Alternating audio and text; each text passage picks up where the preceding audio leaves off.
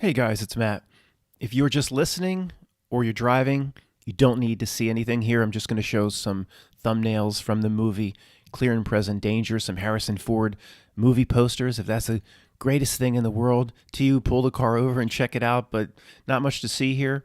Just a general conversation using the movie Clear and Present Danger because of what happened to me while watching it last night, but evolving it into a much bigger conversation about how truth flows through movies, truth drops, predictive programming, how it is now recognized by us, not just in movies, but all forms of media and art, evolving into a bigger presentation. Now, based on what happened to me last night, and if it was 2015 or we were doing this in 2014, and our evolution towards understanding how this place works, evolution towards truth, it would be just about the predictive programming that Matt found. It would just be about, look what I found, and that would be the end of the video. That's not good enough anymore. Breaking down Super Bowl halftime shows, we know they're going to show creepy shit in Super Bowl halftime shows. We're not there anymore. We got to go past that horse shit. Okay, so let me just do the truth drop. I'm not even going to show it. I don't even know what I can show. I mean, I'll just describe the scene. It's not a big deal. I'll tell you the time marker if you're interested in seeing it. I'm not even going to show you. I'll just describe the scene. But let's do the first level, what we would do in 2015 in terms of our pursuit of truth. Let's get that out of the way and try to evolve this conversation into something bigger. Now, for anybody, most people are familiar with these three movies. Kind of three movies went together, at least following the Tom Clancy books. The first one was Hunt for Red October, where Jack Ryan was played by Alec Baldwin. But the second one, Patriot Games, Harrison Ford replaced Alec Baldwin. And then this is the third movie in the three, Clear and Present Danger. Now, Alec Baldwin was so amazing in The Hunt for Red October. I mean, we just can only speculate. He was probably so busy being abusive to his loved ones, so busy and being abusive that he just didn't have time to film Patriot Games. So they had to replace him, I guess, with Harrison Ford. I don't know. But the movie, the third one, is Clear and Present Danger. And even the movie, the poster here, it says, poster says, truth needs a soldier. So anyway, guys, it's a minor little scene, and we'll move past this because it's no big deal. We've now seen this 1,000 times, but this one, if I would have discovered it in 2015 or 2014, it would have been a big deal, a really big deal, because this is a 1994 movie. So in the scene, Harrison Ford as the Assistant Director Deputy of Intelligence, filling in for Admiral Greer, which is played by the person that played Terrence Mann in Field of Dreams. It would be James Earl Jones, Darth Vader. He's filling in, but he's the Assistant Director of the CIA, and they're not cluing him in on what's going on. Is that a truth drop? Probably, but that's not the point.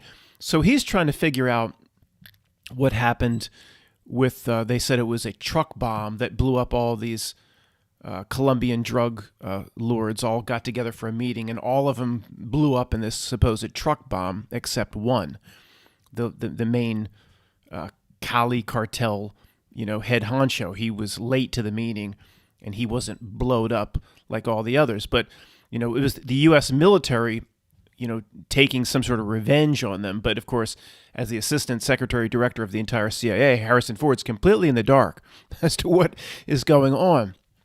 So he's doing some investigation. At the same time, the guy in the bottom left here, for anybody can see, he plays the consultant to the drug lord kingpin. He used to be a black ops guy in this movie for Castro, whatever this actor's name is. He's researching what happened as well. So, of course, to do the research in 1994 as the Assistant Secretary Director of CIA, they show Harrison Ford. Guys, I'll get to the much bigger, more important presentation in a few minutes. This is going to take a while to evolve into that. He's Harrison Ford collects up a bunch of books, a bunch of books. Now, what the ironic thing and the funny ass thing is, this guy who's just advising the drug lord, he's on a computer. He's bringing up all this stuff, cellulose encoded bombs, and he's researching what really happened. It wasn't a truck bomb at all. It was a U.S. F-18 dropped a bomb, a laser guided bomb down on the covert military operations. Of course, they're trying to cover up and say we're not in Colombia blowing up the drug cartels, and of course it's all covert. And he's doing all his research on a computer, which looks very sophisticated at the time when you're seeing it in the movie in 1994. And Harrison Ford has a bunch of books. Yeah, he's the CIA assistant secretary director of CIA. But when he's about to do his research, he has a cup of coffee on top of the books, and he's about to place the books down on a table. And it's complete 7-Eleven job application predictive programming. So obvious.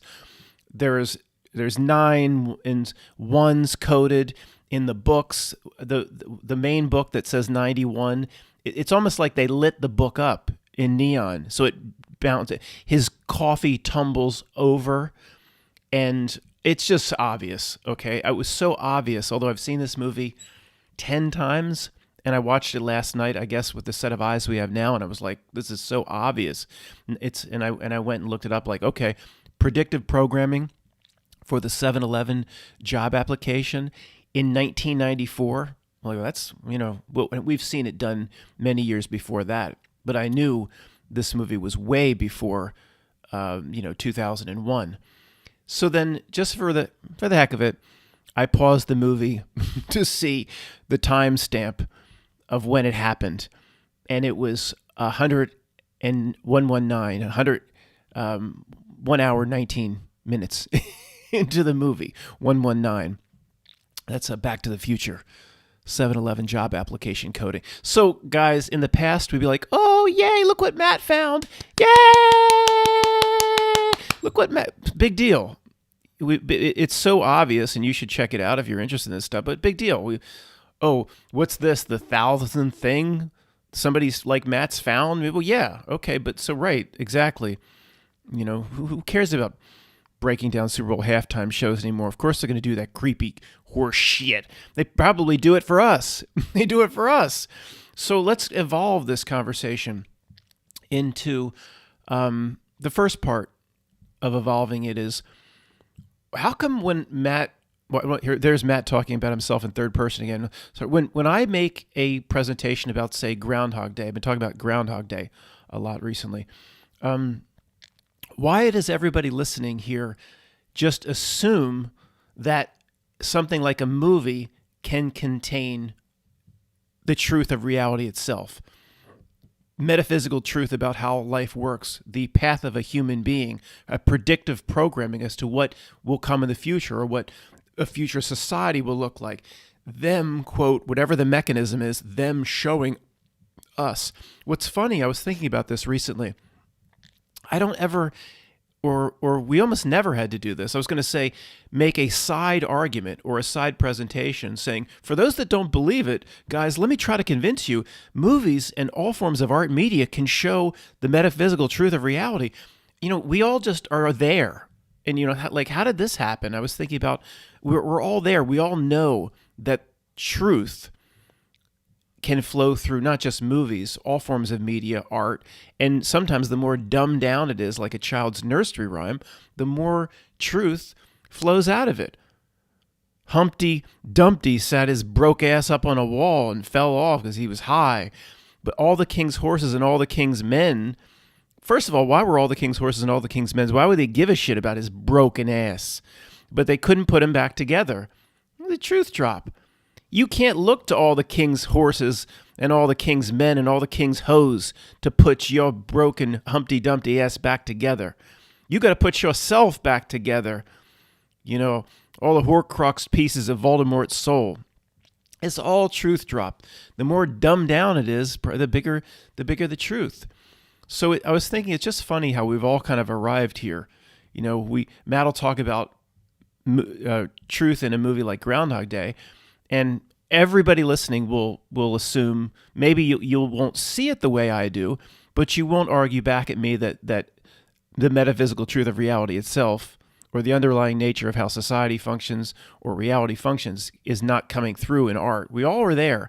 And I was thinking the main reason for that, well, there's a lot of reasons for that, but the first and initial reason for that is because we've observed the predictive programmings, which have been documented, going back to the Bart Simpson flashing the wad of money in front of the program. Let's go to New York.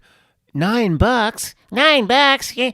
It's a big $9 in front of the showing the WTC on the program. I mean, it's so clear, and he's flashing the money in front. I mean, we've seen this so many times now that, you just can't, even somebody that's a skeptic, somebody that's pursuing truth but is skeptical, that you just can't even deny it anymore. We've just seen it so many times. And I think once we opened our perception up that these movies, there's a predictive programming nature to it, then I think over the years we've opened up the idea that there's a lot of other types of truths flowing through movies.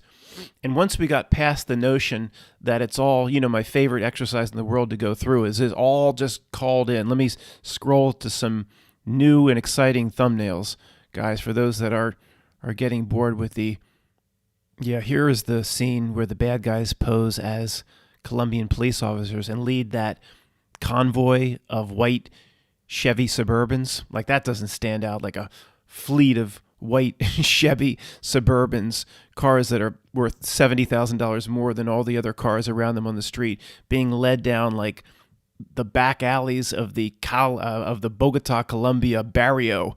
Nobody notices anything.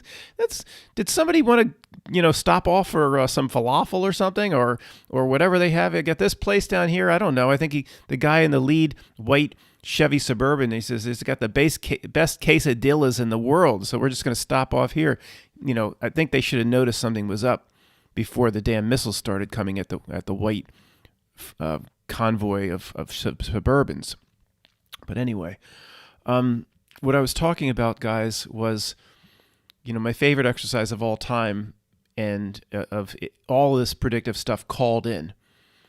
And once you get past that there's no way it's all called in, then it allows your mind to expand into a lot of other places and to drop more veils and to see things the way they really are, and at least collect the most important pieces of how this world works as it relates back to yourself, as it relates back to your spiritual journey.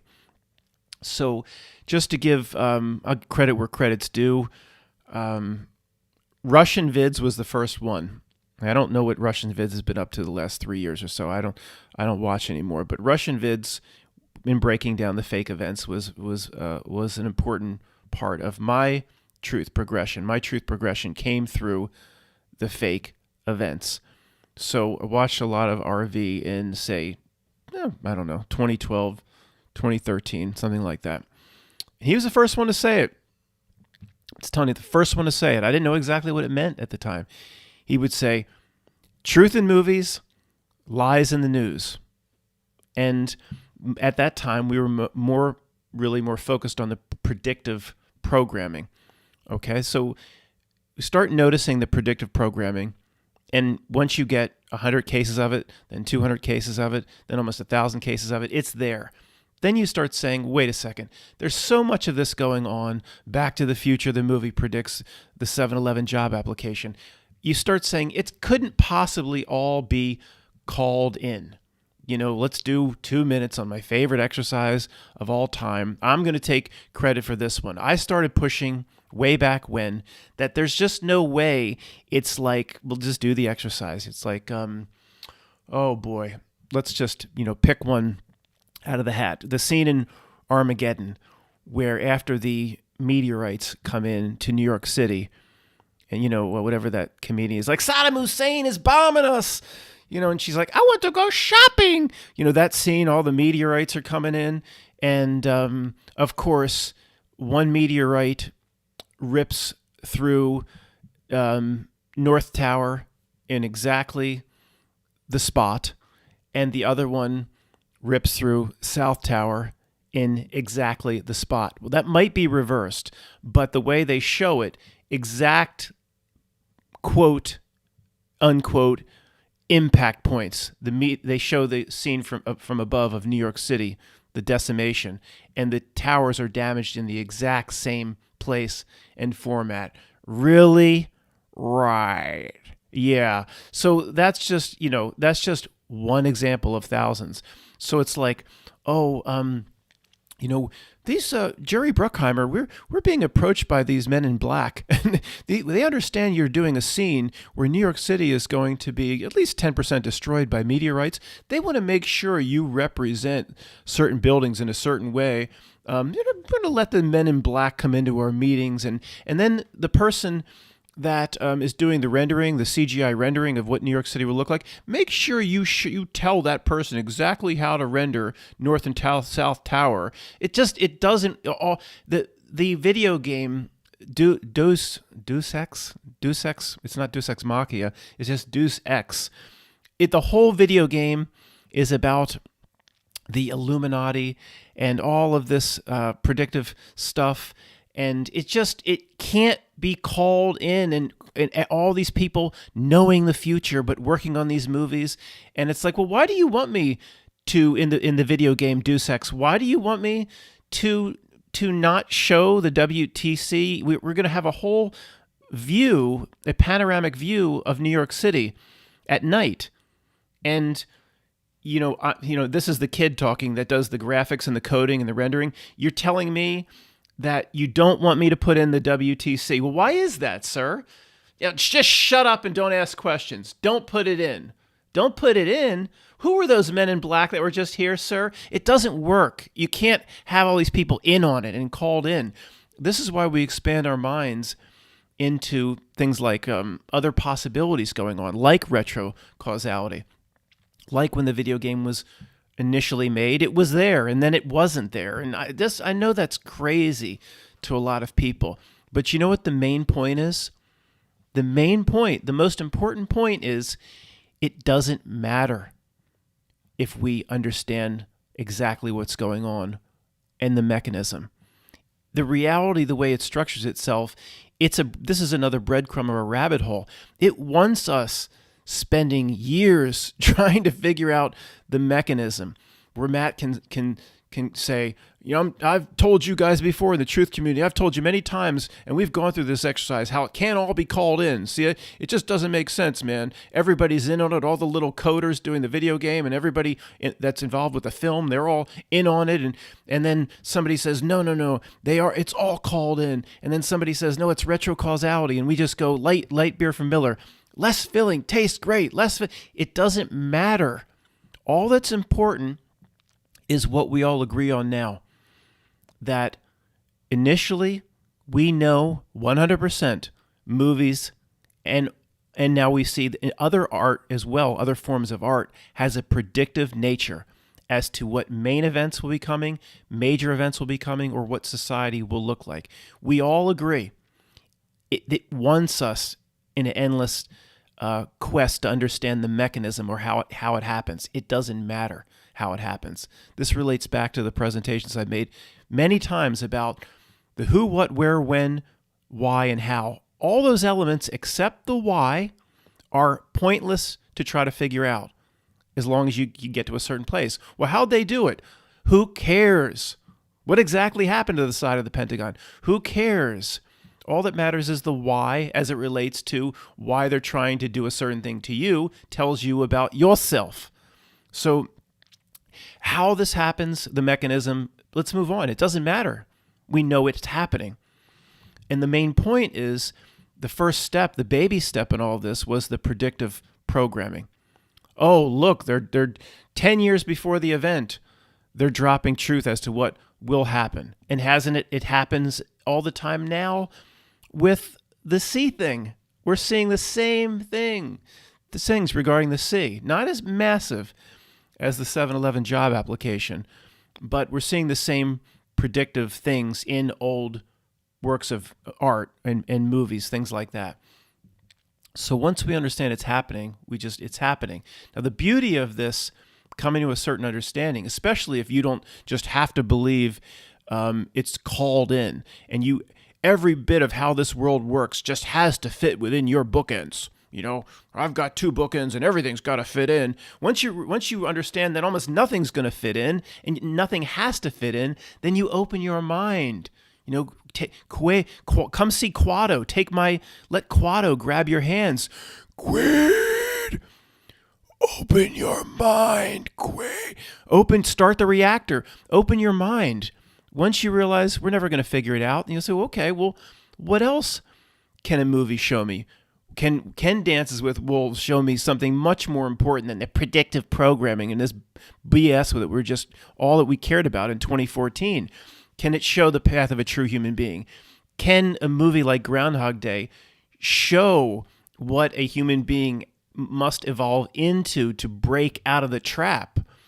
And then, again, if you think it's all called in, see, that limits what can be shown through art. And now we're seeing it, especially with what Vanessa Villé's been doing through music. I know I've always been aware of truth drops in music and things like that, but in terms of how she's been describing it, how you or I can listen to a song and get a whole different level of spiritual meaning that's just simply not there for, say, somebody we call the popcorn cruncher, listening at the first level. And in terms of how did that spiritual message even get in there, it's like the scene in Contact where they said, well, wait, there's another, inside these noises doing the prime numbers, there's another wave, like a carrier wave, a message embedded in the message. And then in Contact, they're like, there it is. Look, the message inside the message. And I think it's audio, I think it's video. And then they hook up, and it is inside the message, is an audio file, is a video file. Inside the song is another file that we're getting. This is something, again, if you're going to spend your whole life trying to figure out, well, how does that happen? How could the artist possibly write that song, Matt, without the artist being in on it? Then you're stuck then in your rabbit hole. I would say in most cases, the artist is not aware, or almost in all cases, the artist is not aware of the spiritual message that we're getting through the work of art or through the music. I mean, and if that's not so hard to fathom, it is if you just are going to stay within your bookends. Well, within my bookends, that can't happen. Oh, fine. This is probably the wrong channel for you then. This ain't a channel for somebody just between the bookends all the time. Almost everything that's important is going to happen outside of your bookends. There's things like channeling. The information was somehow channeled through the artist. Look what I was talking to Greg last night, and we were talking about his dream again. And a few of you will remember, but I'm going to revisit that now. Let me just get off this and go to, let me see if I can pull it up. The movie is called Ready Player One, Anarak. We go down here. Okay.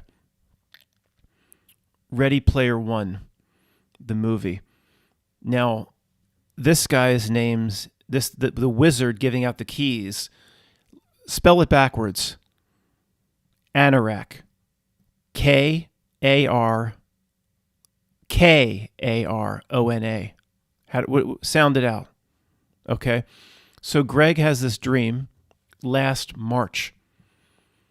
And he comes to me and he says he had just watched Ready Player One.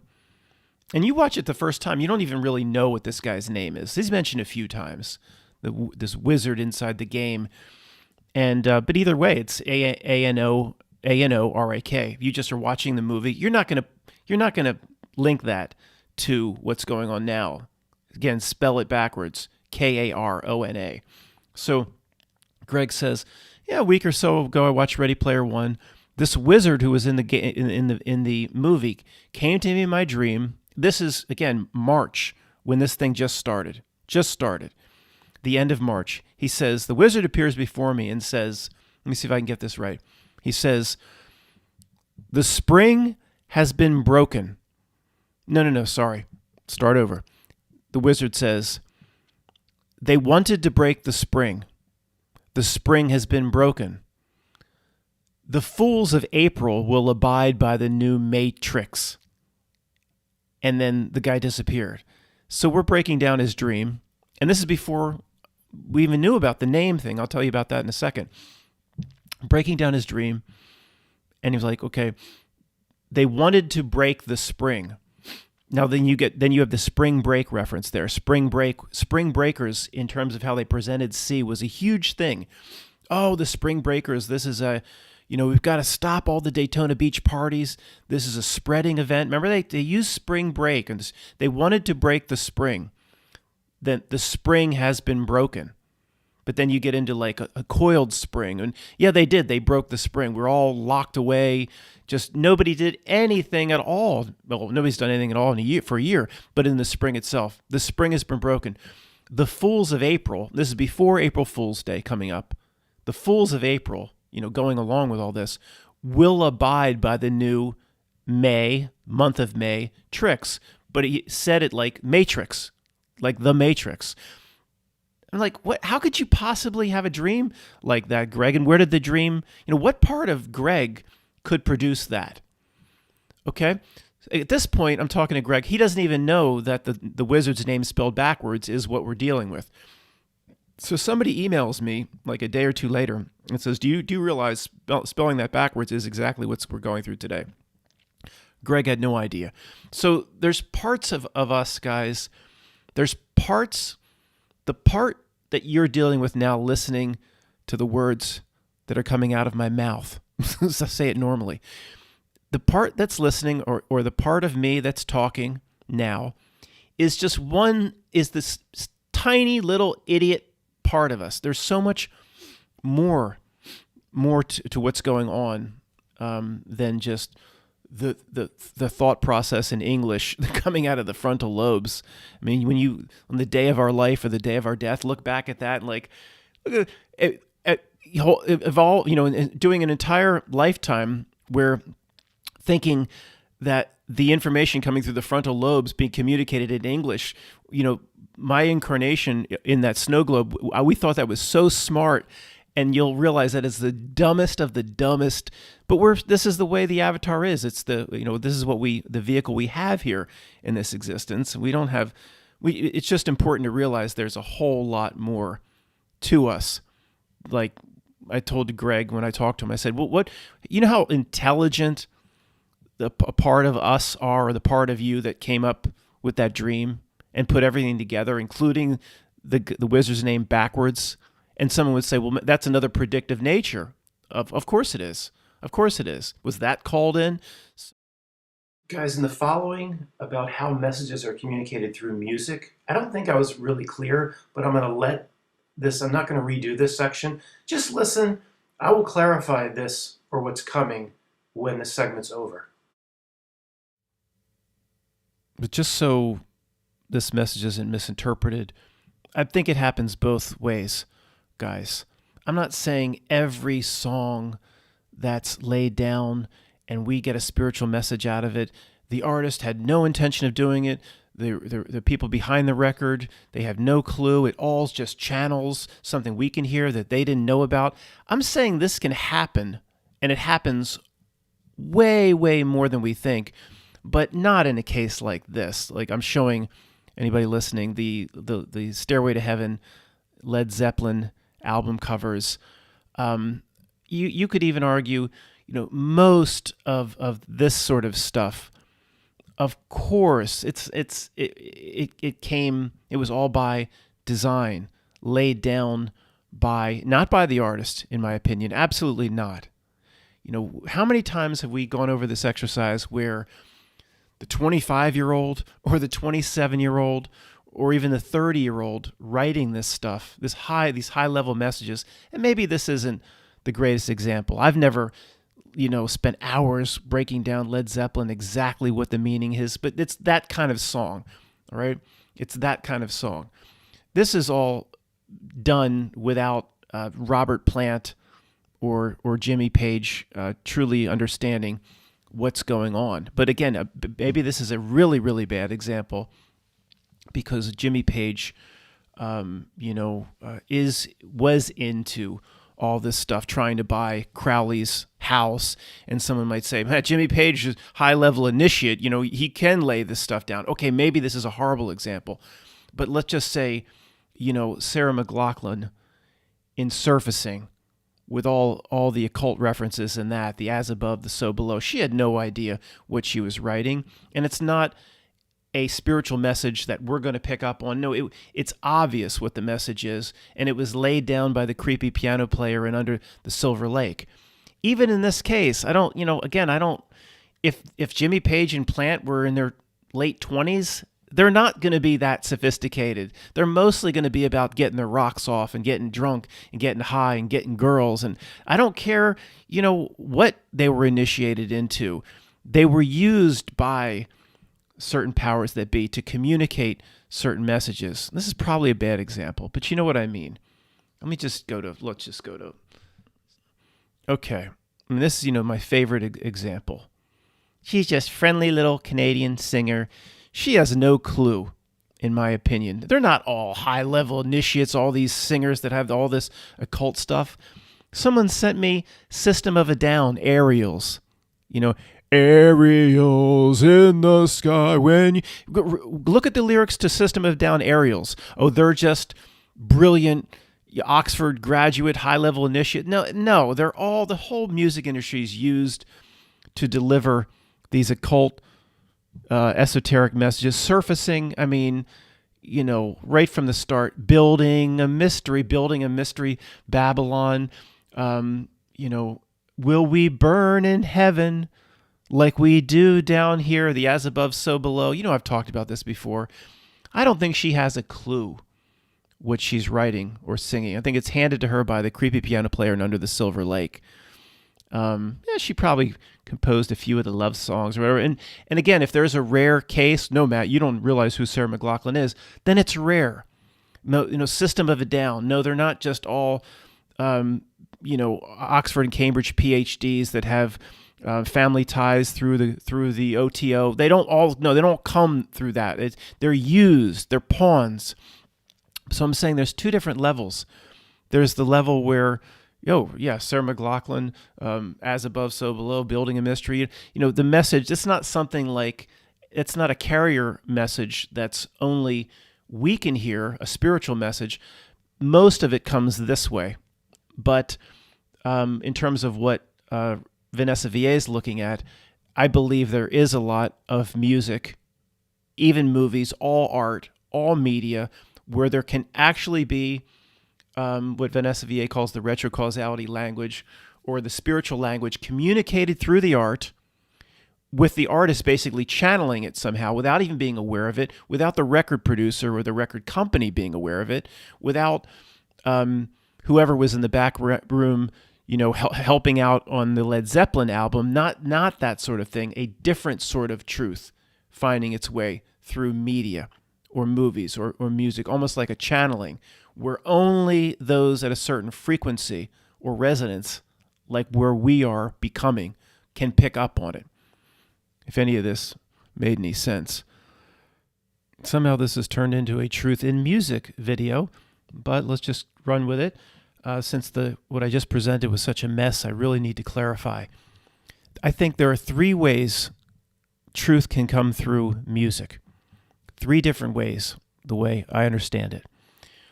The first one is what you're looking at. It's the album cover from Smashing Pumpkins, Melancholy and the Infinite Sadness. Now, Billy Corrigan is one of these guys like Trent Reznor of Nine Inch Nails. He knows something. Who knows what his background is, or what he was initiated in, or what private lessons he got from Dr. Mengele, or but he has some sort of background in the same vein as Jimmy Page. He knows something. Just not some guy from Chicago. Every album is littered up with occult messages, esoteric, this or that, astrological, just his presentation, all the truth that comes through some of the songs. The world is a vampire set to drain. Come on. So he's working with, this is my opinion, all of this, of course. He's working with the creepy piano player from Under the Silver Lake, but he's like on his same level or similar level. He might be in some backroom meetings, and I don't mean that literally. Just saying, unlike Sarah McLachlan, who's like, here's a guitar, go play this, Sarah. Look, maybe I'm wrong about Sarah McLachlan. That's just the sense I get. So the first example is, let me not turn this into a mess again and be clear.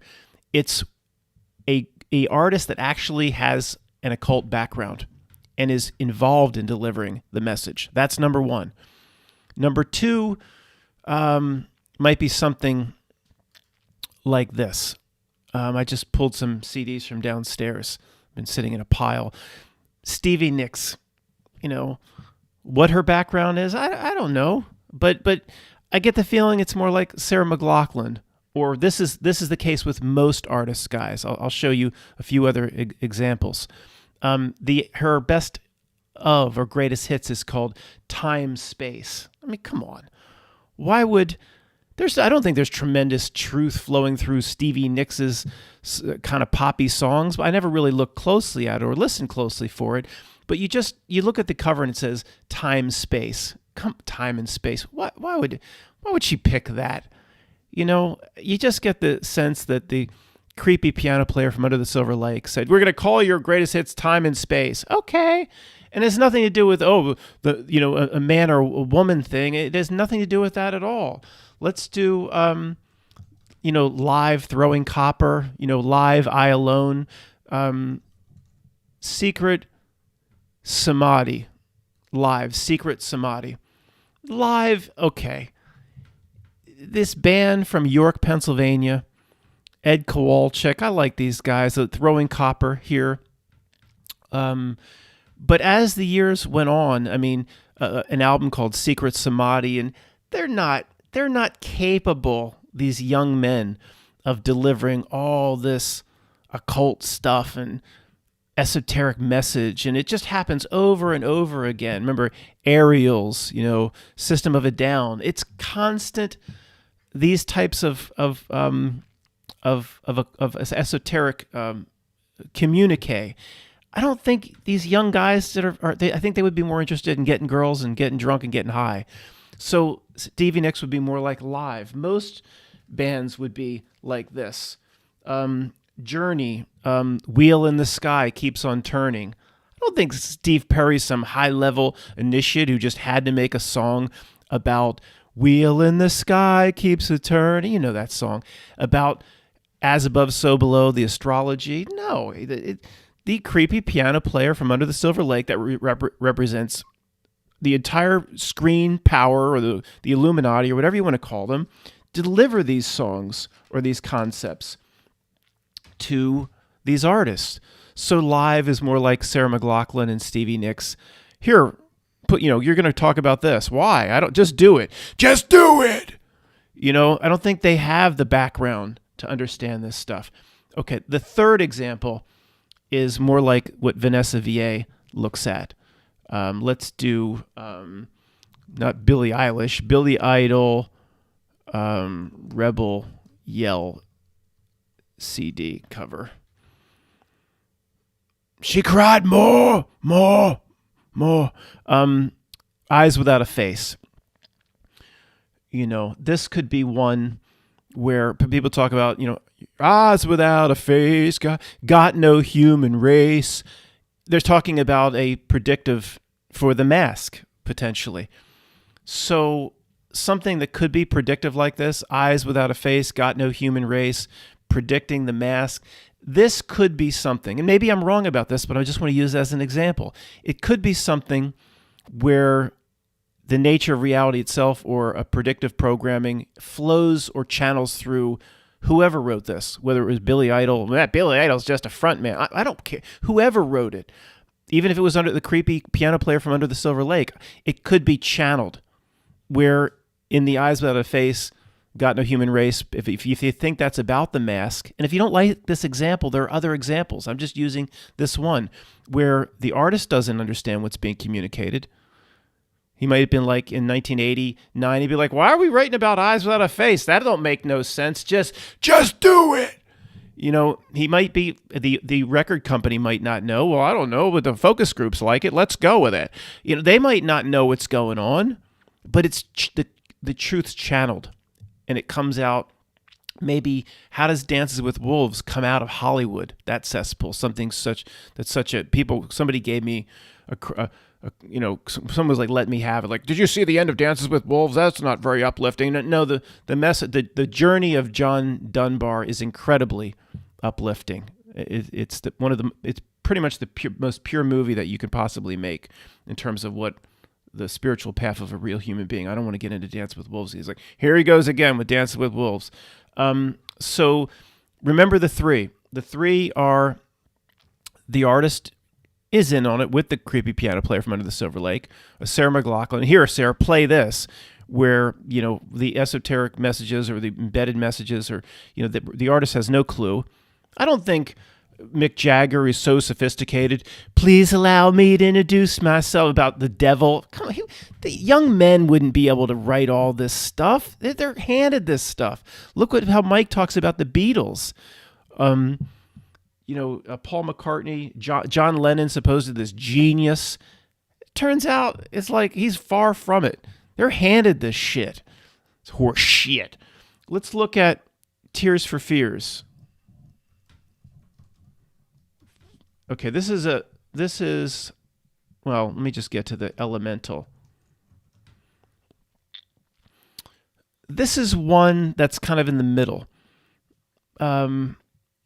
This Roland Orzabal of Tears for Fears, he might be a Billy Corrigan type character, might know something, might have been raised in something, but maybe not. I mean, it could go either way. But here's an album called Elemental. You look at the other album covers, there's just no way young men would pick these themes. It's so absurd, and people can't see it. Well, we didn't see it up until 3 or 4 years ago, so we should leave those other people alone, I guess. Tears for Fears, Sowing the Seeds. I mean, look at the album cover. No young man or is in a band is going to pick. Look at the symbolism. I mean, you got to be kidding me. I think that's just what they chose. You know, well, they're so creative. I'm sorry, bring this down. You know, you can't really see much of it, but the sun, the moon, all these symbols all over the album cover, Sowing the Seeds of Love. One of the songs, the sun and the moon, the wind and the rain. I mean, come on.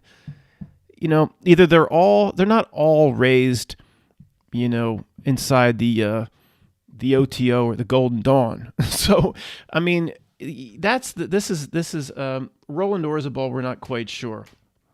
Now, here's one. What's it called? We'll just do Rage Against the Machine CD. You know, the famous Burning Buddha. Now, in my opinion, you know, 100% puppets. I don't get that. Just as all I get a sense. I don't get a sense there's a Billy Corrigan here, or somebody that like a Robert Plant. Not Robert Plant, Jimmy Page, just a puppet, and a first level truther would be like, well, it doesn't make any sense. They're talking horrible things about the system. They're saying that the HIV was created by the system to kill off Africa. Why would the system want that said about themselves? It's a long story. Okay, it's a long story. It appears at a first level truth that they're saying all the right things, but there's reasons why or how a band like this serves the system. The point. Let's stick to the topic here. I don't believe they have any real knowledge. This is an absolute pawn, in my opinion, and they've played their role well. Whoever the guy is behind Rage the Machine, all this political crap, and you know, I don't buy it. And there's a lot of bands like this where it seems like they're saying the right thing. So then you've got let's do this. police, the police, spirits in the material world. I mean, then you get into somebody like with Sting. All right, he's a creepy bloke. Sting. They put him in Dune. They put him in the movie. He's one of these guys that could go. You could argue either way. He could be, sitting around the hot tub with the creepy piano player from Under the Silver Lake and haven't been raised in a certain understanding. This one could go actually all three ways. Or the police, again, just given their stuff by the creepy piano player Under the Silver Lake, which represents the system handing young men and women, here, play this. And the young men and women playing, not really understanding the message that's being delivered. Or this, potentially, this is a channeled, but I don't think so. If it was, it's too blatantly obvious. Usually the channeled stuff or the stuff that SVA talks about is like a whole meaning that's underlying. It's not obvious, where this is just coming out and saying, oh, guys, we're spirits in the material world. This is, you just emphasizing the immortal nature of yourself, and this is some sort of a dream or Maya, and it's too obvious, this one, I guess. But you understand the points I'm trying to make. And if there's anyone here I missed, not really. So guys, guess what the real answer is in terms of how this is happening exactly? What does Sting know? Remember, the most important thing of all of this is, who cares? Well, what does Billy Corgan really know? And who cares? All that matters is how it's applied to yourself, ourself. That's all that matters. And the only way to apply it is the simple way to apply it, to go through all the noise, all the rabbit holes. You just say, who cares? The answer is, there is tremendous truth delivered through all forms of media and art, including or especially music, that tells human beings about the true nature of themselves. Listen for it. Have parts of you other than the idiot frontal lobes that thinks in English. Listen for it. Tell yourself that this song I've heard a million times, maybe something not as trivial or as trivial as, not as trivial potentially as, girls just want to have fun. Yeah. Well, in the middle of the night, my mama says, what you gonna... I doubt there's some huge spiritual message there, but you never know. You never know. Oh, daddy dear. I'm sorry. There's messages that we can pick up on, that we have to move past the idiot frontal lobes that thinks in English. Whether the message Sting was in on it, whether the creepy piano player is actually trying to help us because contractually he has to try to help us, or it's channeled by a part of you that's not here, or God, or it doesn't matter.